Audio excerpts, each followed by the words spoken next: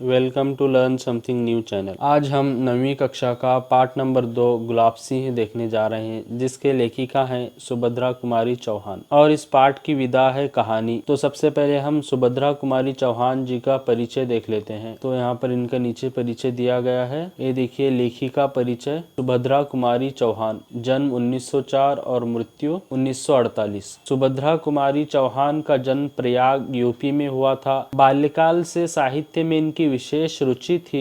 प्रथम काव्य रचना 15 वर्ष की आयु में ही की। इनका जन्म जो है 1904 में हुआ और इनकी मृत्यु जो है 1948 में ही जल्दी हो गई थी। इनका जन्म जो है उत्तर प्रदेश के प्रयाग में हुआ था। बाल्यकाल यानी बचपन, तो बचपन से ही इनकी विशेष रुचि जो थी साहित्य में थी, इसलिए 15 वर्ष की आयु में यानी 9वीं कक्षा का जो बालक या बालिका होती है, उस बच्चे की आयु की उम्र में ही इन्होंने प्रथम रचना लिखी थी। राष्ट्रीय आंदोलन में आप भाग लेती रहीं, आप कई बार जेल भी गई थी। आंदोलन का अर्थ है किसी नीतिपूर्ण बात को मनवाने के लिए या निश्चित उद्देश्य की पूर्ति हेतु शासक या व्यवस्था पर दबाव व्यक्त करने के लिए की जाने वाली सामूहिक गतिविधि को आंदोलन कहते हैं। मैं आपको एक उदाहरण देता हूं, जिससे आप समझ जाएंगे कि किसान लोग जो होते हैं फसल के दर को न बढ़ाने के लिए आंदोलन करते हैं, या गवर्नमेंट सर्वेंट जो होते हैं उनके पेमेंट को न बढ़ाने के लिए आंदोलन करते हैं, या राजनेता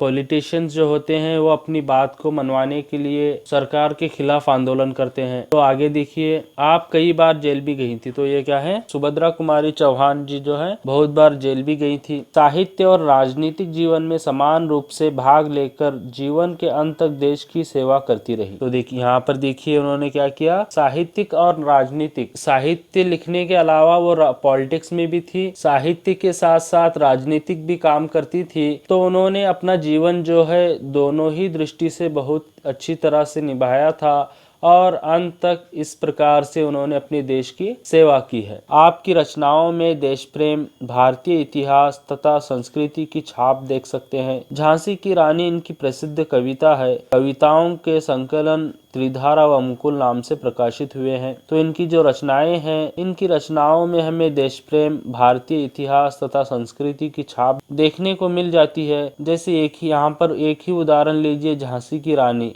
इसमें हमें अपने देश के प्रति प्रेम भी दिखाई देता है और हमारी भारत का इतिहास भी दिखाई देता है और भारतीय संस्कृति भी इस कविता में हमको दिखाई देती है। और इनके जो जितनी भी कविताएं हैं उनका एक संकलन किया गया है। संकलन का अर्थ है जमा करना। तो इनकी जितनी भी कविताएं हैं वो जमा करके त्रिधारा व मुकुल नाम से प्रकाशित किए गए हैं। आगे देखिए, आपकी कहानियां सरल शैली, मधुरतम भावनाओं, आदर्श और यथार्थ के मर्म स्पर्श संघर्षों पर आधारित है। तो देखिए, इनकी कहानियों में क्या है, सरल भाषा, सरल शैली है, यानी सीधी, जो आसानी से समझ में आ सके ऐसा तरीके से उन्होंने कहानियां लिखी हैं। और मधुरतम भावनाएं, यानी बहुत ज्यादा मीठी, जो सबको प्रिय लगे, ऐसी भावनाएं उसमें उनकी कहानियों में हमें देखने को मिल जाती हैं। आदर्श और यथार्थ के मर्मस्पर्शी संघर्षों पर आधारित है, यानी कि इनकी कहानियों में दिखाया गया है कि कैसे व्यक्ति, इंसान अपने जीवन में संघर्ष करते रहता है। और यथार्थ का अर्थ है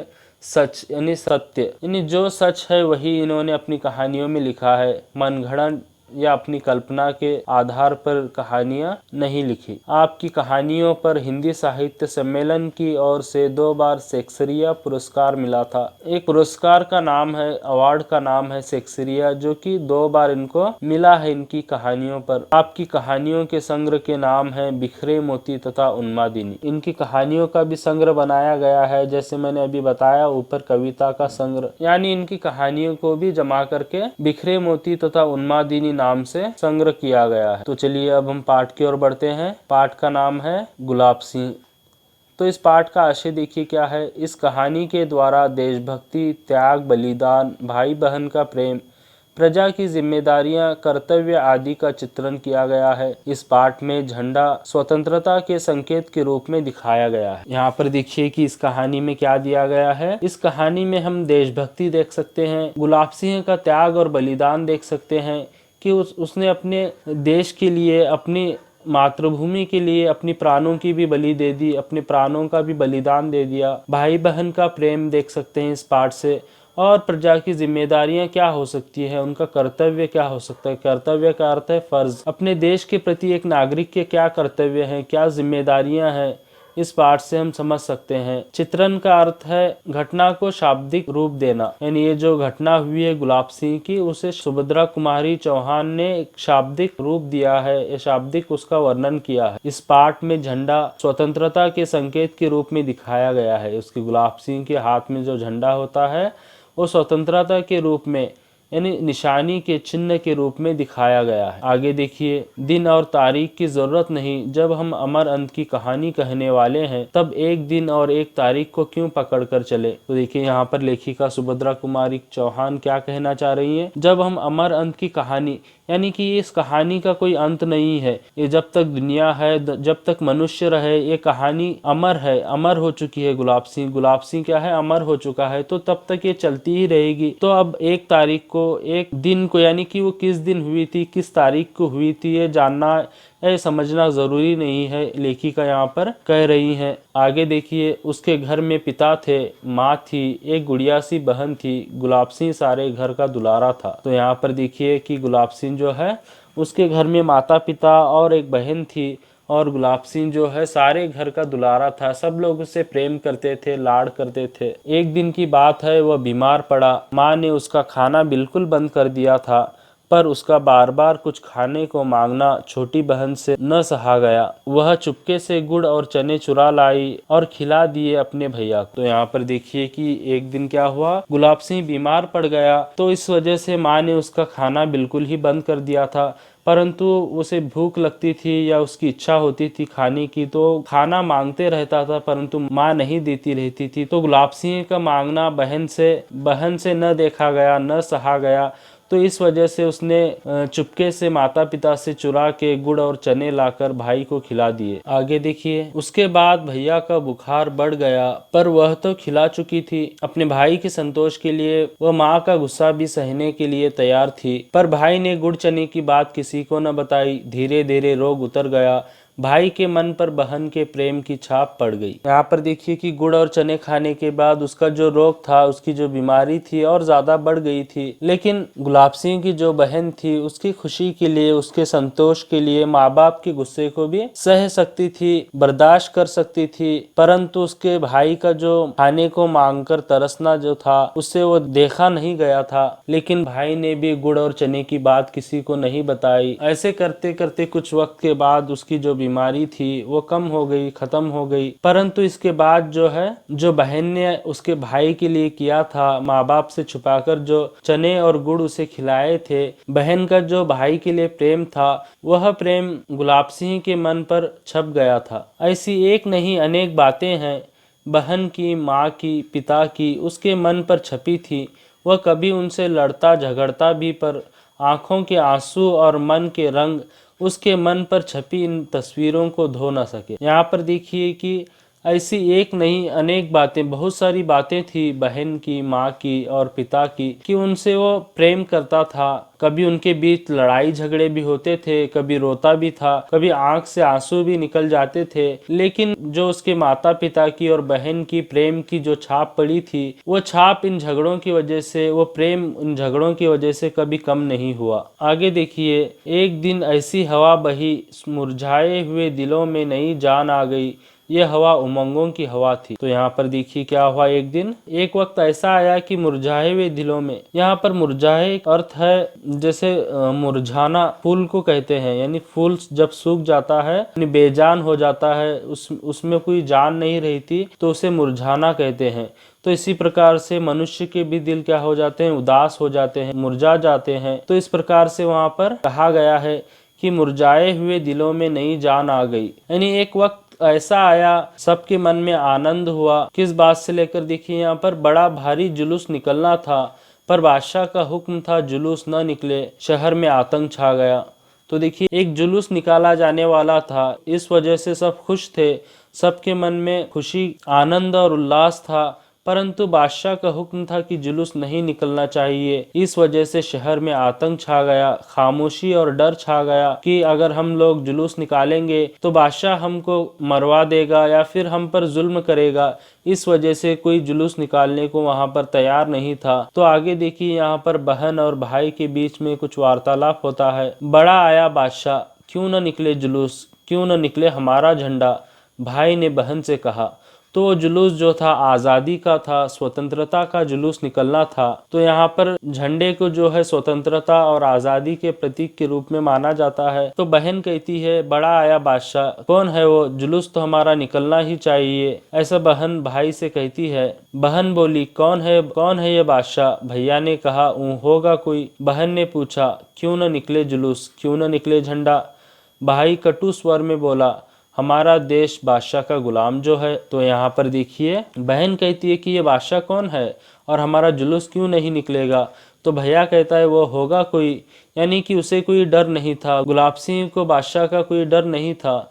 तो फिर बहन उससे पूछती है कि हमारा जुलूस क्यों नहीं निकलना चाहिए, क्यों हमारा झंडा निकलना नहीं चाहिए? तो भाई कटु स्वर यानी कड़वे शब्द में बोलता है, बादशाह के खिलाफ बोलता है। भाई जो है कड़वे शब्दों में बोलता है कि हमारा देश क्या है, बादशाह का गुलाम है। यानी कि पहले जो है बादशाहत ही चलती थी। हमारे जैसे अभी प्रधानमंत्री, राष्ट्रपति, अभी जो राजनीति है, पहले राजनीति नहीं थी, बादशाहत थी। तो बादशाह ही हमारे देश को, हमारे किसी राज्य को लेकर पूरा चलाया करते थे। तो बहन का देखिए उत्तर क्या था? उत्तर था, तब तो जरूर निकले जुलूस, हम जरूर फहराएंगे अपना झंडा, देखते हैं कौन रोकता है हमें। तो देखिए बहन क्या कहती है, जब भाई कहता है कि हमारा देश जो बादशाह का गुलाम है, तो बहन कहती है कि हमारा जुलूस तो निकलना ही चाहिए, देखते हैं हमें कौन रोक सकता है। तो फिर उसके बाद देखिए झंडे की तैयारी होने लगी। बहन ने अपनी पुरानी ओढ़नी फाड़ कर झंडा बना लिया, लाल हरा रंग भी चढ़ गया। भाई ने उसे अपने खेलने के डंडे से बांध दिया, झंडा तैयार था। तो देखिए उसके बाद क्या होने लगा, दोनों के बीच वार्तालाप हुआ। फिर जुलूस निकालने की बात तय हो गई, तो झंडे की तैयारी होने लगी। बहन ने अपनी एक पुरानी ओढ़नी थी उसे फाड़ करके उसमें हरा और लाल रंग भर दिया। फिर भाई ने भी उस ओढ़नी को, उस झंडे को अपने खेलने के पुराने डंडे से बांध लिया। ऐसे करके झंडा बनाया गया। आप यहाँ पर इस पिक्चर में देख सकते हैं कि एक बालक के हाथ में, गुलाब सिंह के हाथ में झंडा दिखाई दे रहा है। अब भाई झंडा लेकर चला। अरे भाई जाते कहाँ हो, हम भी साथ चलेंगे, बहन आग्रह से बोली। पर बहन बड़ी दूर जाना है, तुम थक जाओगी। नहीं भैया, नहीं बहन, जुलूस कौन बनाएगा, तुम झंडा उठाना, हम जुलूस बनाकर चलेंगे पीछे पीछे। तो देखिए जब भाई जो है झंडा लेकर जाने लगा, बहन भी उसके साथ जाना चाहती थी, इसलिए बहन भी उसे आग्रह से, विनती से या फिर निवेदन से उससे कहती है कि मैं भी तुम्हारे साथ चलूंगी। परंतु भाई को बहन से बहुत ज़्यादा प्रेम था, उसकी फिक्र थी, इस वजह से उसे मना करता है कि बहुत दूर तक जाना है, तुम थक जाओगी। परंतु बहन जिद करती है कि तुम आगे चलना, मैं तुम्हारा जुलूस बनकर पीछे चलूंगी। सिर्फ जुलूस एक से नहीं होता, पीछे लोग भी होने चाहिए, ऐसा बहन कहती है। परंतु भाई मना कर देता है। नहीं रानी, तुम जुलूस नहीं, तुम एक काम करो, हमें रोली का तिलक लगाकर विदा करो, जैसे राजकुमारी अपने भाई राजकुमार को विदा करती है। भाई जो है बहन को मना करता है, परंतु एक काम करने के लिए कहता है कि जैसे राजकुमारी जो है जंग पर जाते हुए जैसे अपने भाई राजकुमार को विदा करती है, वैसे तुम भी मुझे रोली का तिलक लगा करके विदा करो। यहाँ पर रोली का अर्थ है चूने और हल्दी से बनाया गया एक लाल रंग, आप जिसे कुमकुम भी कह सकते हैं। आगे देखिए बहन ने खुशी की किलकारी के साथ ताली बजाई और दौड़कर थोड़ी सी रोली, थोड़े से चावल सजा लाई। थाली में एक दिया भी जल रहा था, भाई की आरती उतारनी थी। भाई का इतना कहना था कि बहन ने फिर खुशी की किलकारी ली और उसके साथ ताली बजाई और दौड़ करके अंदर गई और थोड़ी सी रोली यानी थोड़ा सा कुमकुम, थोड़े से चावल एक थाली में सजाकर लाई, जिसमें एक दिया भी जल रहा था। बहन को भाई की आरती करनी थी। किलकारी का अर्थ होता है बहुत ज्यादा खुशी से बोलना या चीखना। आगे देखिए मुंह के चारों तरफ घूमती थाली एक आभा मंडल बनाने लगी। उसने देवी देवताओं के चित्रों में भी वैसा ही आभा मंडल देखा था। भाई के चारों तरफ वैसा ही आभा मंडल देखकर वो बहुत खुश हुई। अब बहन उस भाई की आरती उतारने लगी, उसके मुंह के चारों तरफ घुमाने लगी तो घूमती हुई थाली एक आभा मंडल के जैसे लगने लगी। आभा मंडल का अर्थ है कि जो थाली घुमाई जाती है जिससे वो एक दिए से रोशनी निकलती है, उस रोशनी का एक सर्कल बनता है, उसे आभा मंडल कहते हैं। बहन ने भी वैसा ही आभा मंडल देवी और देवताओं के चित्रों में देखा था तो आभा मंडल को देखकर बहुत खुश हुई। आगे देखिए, बहन ने भाई के माथे पर तिलक लगाया, चावल बिखराए, तब भाई ने बहन के पैर छुए और विदा ली। बहन ने भाई के सिर पर हाथ फेरा और बलैया ली। तो फिर आरती उतारने के बाद बहन ने भाई के माथे पर हाथ फेरा, आशीर्वाद दिया और चावल बिखराए। उसके बाद भाई ने भी बहन के पैर छूकर उससे विदा ली। वहां से निकलने के लिए उससे विदा लिए। फिर बहन ने भी भाई के सिर पर हाथ फेर कर उसकी बलैया ली। यानी कि जो हमारे बड़े लोग होते हैं, वयस्क दादा परदादा जो लोग होते हैं, वो क्या करते हैं, छोटे बच्चों की बलैया लेते हैं। यानी कि अपने दोनों हाथों को उनके चेहरे पर फेर करके फिर अपनी हाथों की उंगलियों को अपने कानों पर, अपने सर पर लेकर जाकर क्या करते हैं, उनको तोड़ते हैं, तो उसे बलैया कहते हैं। आगे देखिए, अब वो झंडा लेकर चला। बहन दरवाजे पर खड़ी देखती रह गई। कहानियों की राजकुमारी इसी तरह विदा देती है। वह झंडे को लहराते हुए ले जाते भाई को दूर तक देखती रही। तो फिर उसके बाद विदा लेने के बाद भाई झंडे को लेकर चलने लगा। बहन जाते हुए उसे देखती रही। कहानियों में भी उसने ऐसे ही देखा था कि राजकुमारी अपने भाई राजकुमार को ऐसे ही विदा करती है। गुलाब सिंह जो है चलते हुए झंडे को लहरा रहा था, उसे देखती ही रही। लहराने का अर्थ है हिलाना या फहराना। आगे देखिए, कुछ दूर जाने पर बादशाह के सिपाहियों ने झंडे वाले को रोका। वह न रुका। बादशाह के सिपाहियों ने गोली चला दी। वह गिरा, झंडा न गिरा। वह उसके हाथ में था। गोली चलते देख कोई उसके पास न आया। तो यहाँ पर देखिए, कुछ दूर तक भाई चला गया था। आगे जाने के बाद वहां पर बादशाह के सिपाही रुके हुए थे। तो उन्होंने जब गुलाब सिंह को झंडा ले जाते हुए देखा तो उसे रोकने की कोशिश की, परंतु गुलाब सिंह उनके कहने पर नहीं रुका। इस वजह से बादशाह के सिपाहियों ने उस पर गोली चला दी। गोली लगने के बाद गुलाब सिंह गिर गया, परंतु उसने झंडे को गिरने नहीं दिया था जो उसके हाथ में था। गोली चलते देख सब लोग डर गए थे। इसकी वजह से कोई उसके पास, गुलाब सिंह के पास नहीं आया। आगे देखिए, बहन ने भाई को गिरते देखा। वह दौड़ पड़ी। भाई खून से लथपथ पड़ा था। वह पुकारती रही, भैया भैया। जैसे ही बहन ने भाई को गिरते हुए देखा तो वह दौड़ पड़ी भाई की ओर, भाग कर आने लगी। तब तक भाई जो है खून से लथपथ पड़ा हुआ था, यानी खून से पूरा उसका शरीर जो है भर गया था। वह भैया भैया कहकर गुलाब सिंह की बहन उसे पुकारती रह गई। भाई के प्राण मानो यह अमृतवाणी सुनकर लौट पड़े। वह बोला, तू आ गई, यह झंडा ले। तो जैसे ही गुलाब सिंह की बहन उसे पुकारने लगी तो यह उसकी आवाज सुनकर, मधुर आवाज और मीठी आवाज बहन की सुन करके उसके प्राण मानो लौट पड़े। उसके प्राण जो है उसके शरीर में वापस आ गए। और गुलाब सिंह ने अपने बहन से कहा कि तू आई है तो ये झंडा ले, अब जुलूस जो है तुझे निकालना है। इसका कहने का ये मतलब था। फिर इतना कहने के बाद गुलाब सिंह ने अपने प्राण छोड़ दिए थे। आगे देखिए, बहन ने झंडा थाम लिया। भाई चला गया। बहुत रोई पर झंडा हाथ में उठाई रही। बादशाह के सिपाही मानो गढ़ जीतकर चले गए।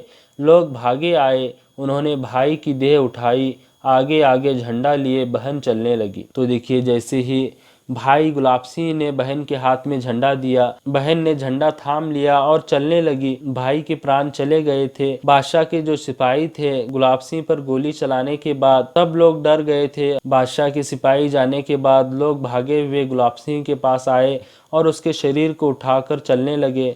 और उनके आगे जो है उसकी बहन, गुलाब सिंह की बहन, झंडा लिए चलने लगी। बादशाह का हुक्म था, जुलूस नहीं निकलेगा। जुलूस निकला, झंडा नहीं निकलेगा। झंडा निकला और बड़ी शान से निकला। तो यहाँ पर देखिए, बादशाह का जो हुक्म था, जुलूस नहीं निकलना चाहिए, परंतु वहां पर जुलूस निकाला गया। गुलाब सिंह की हिम्मत की वजह से, गुलाब सिंह की पहल की वजह से जो है जुलूस निकला वहां पर। परंतु गुलाब सिंह को इस जुलूस के लिए, स्वतंत्रता और आजादी के लिए अपनी प्राणों की उसे बलि देनी पड़ी। यह बालक था गुलाब सिंह जो अपनी सुगंध बिखेर कर चला गया। तो ये जो बालक था वह गुलाब सिंह था जो कि अपनी सुगंध बिखेर कर चला गया, यानी एक उदाहरण बनकर गया, एक मिसाल बनकर उसने दिखाया अपने देश के लिए ऐसा भी बलिदान दिया जा सकता है। आप सभी का इस वीडियो को देखने के लिए धन्यवाद। आगे के वीडियोस देखने के लिए इस चैनल को सब्सक्राइब करें और शेयर करें।